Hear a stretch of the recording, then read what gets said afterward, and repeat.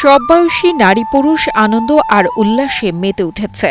নিজেদের ঐতিহ্যবাহী পোশাকে অংশ নিয়েছে এই অনুষ্ঠানে। এটি দেয়াল উপজাতির একটি অন্যতম উৎসব ওয়াচি চুগান। গারোদের প্রধানত ৯টি উপজাতির মধ্যে দোয়াল অন্যতম। এই গোত্রটি নতুন ফসল উৎসর্গ ও মৃত স্বজনদের স্মরণ অনুষ্ঠান উপলক্ষে ওয়াচি চুগান উৎসব পালন করে থাকে। প্রতি বছর বর্ষা শেষে আশ্বিন মাসের শুক্লপক্ষে এই উৎসব পালন করে দোয়াল উপজাতি। ভারতের মেঘালয় রাজ্যের শিববাড়ি এলাকার পাশেই ময়মনসিংহের সীমান্তবর্তী দিঘলবাগ গ্রাম। সেখানে নানা রঙের পোশাক আশাক, সাজসজ্জা, ঢোল তবলায় আনন্দে মেতে উঠেছে দোয়ালরা। ছোট বড় সকলে মিলেই প্রতি বছর পালন করছেন তাদের ঐতিহ্যবাহী ওয়াচি চুগান উৎসবটি।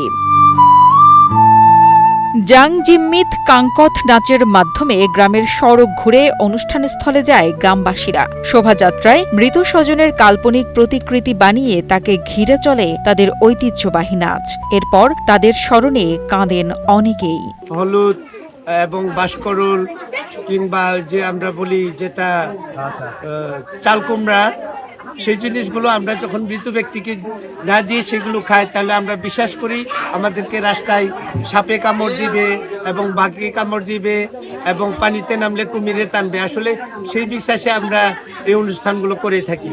প্রায় ৩০ বছর আগে ওয়াচি চুগান উৎসবটি পালন করেছিল গারো সমাজের পূর্বপুরুষরা। পুরনো সংস্কৃতি ধরে রাখতে পুনরায় পালন করা হচ্ছে এই উৎসবটি।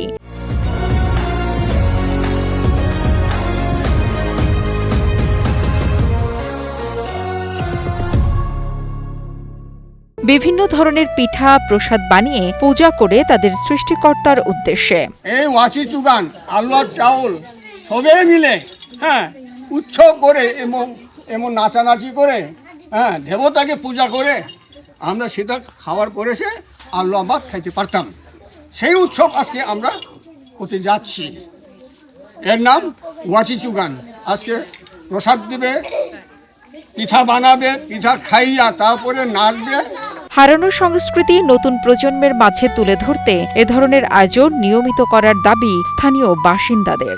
আমি আশা করব যিনি বিশেষ করে একাডেমির যিনি অফিসার ম্যানেজার মিস্টার পরাগ পিছিল যে ক্ষেত্রে এটা উদ্যোগ নিয়েছেন, আমি ওনাকে স্বাগতম জানাই এবং ওনার কাছ থেকে আমি আবার আশা করছি উনি যেন পুনরায় প্রতি বছর এটা পালন করার জন্য আমাদেরকে উৎসাহ করেন এবং সাহায্য করেন। এটা ওনার কাছ থেকে আমি বিশেষভাবে গ্রামবাসীর পক্ষ হয়ে এবং আমাদের এই দোয়াল গোত্রর পক্ষ হয়ে আমি সেটা আবদার করছি। চুগান উৎসব শুধু নবান্ন উৎসব নয়, এতে সব ফল ফসল সৃষ্টিকর্তাকে ও মৃত মানুষকে উৎসর্গ করে খেতে হবে এমন বিশ্বাস গারোদের। চুগান উৎসব হচ্ছে দোয়াল কমিটি, গারো দোয়াল কমিউনিটিদের একটা সামাজিক অনুষ্ঠান। এই অনুষ্ঠান আগে প্রতি বছরই হতো এবং চুগান দুই ধরনের হয়।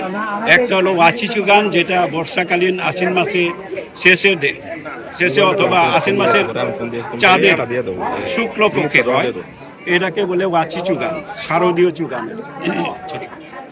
এরপর একটা চুগান আছে বাসাল চুগান। যখন মাঘ মাসে শিমুল ফুল ফুটে এবং মান্দাল গাছের ফুল ফুটে তখন হয় বাসাল চুগান। আসলে চুগানটা নবান্ন উৎসবই বলা যায়, কিন্তু শুধু নবান্ন উৎসব না, এই চুগানে হচ্ছে সৃষ্টিকর্তাকে সব ফলমূল তাকে উৎসর্গ করে খাওয়ার সাথে সাথে পারলৌকিক কিছু বিষয় আছে, যে মানুষ মারা গেলে তাদেরকে স্মরণ করে খেতে হবে, তাদের জন্য উৎসর্গ করতে হবে।